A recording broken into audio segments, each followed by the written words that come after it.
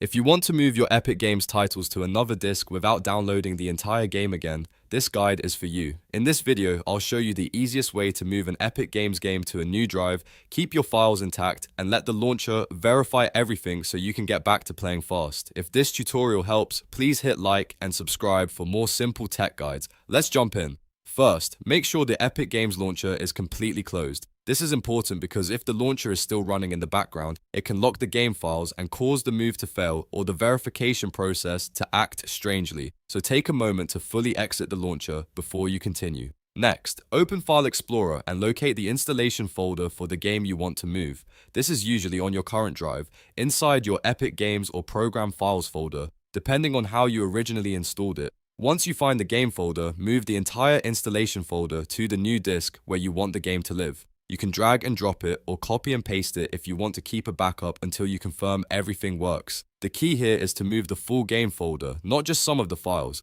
Epic Games needs the original installation structure to recognize the game correctly later, so make sure the folder lands in the exact location you want on the new drive, and remember that location because you'll need it in just a moment. After the files have been moved, open the Epic Games launcher again. Go to your library, find the same game, and click Install. Now this may feel odd because you already moved the game, but this is the step that tells Epic where the files are now stored. When the install window appears, choose the new folder on the new disk where you moved the game files. If Epic tells you the folder isn't empty, that's usually a good sign. It means the launcher has detected existing files in that location. In that case, follow the prompt and continue, or use the verification option if the launcher asks for it.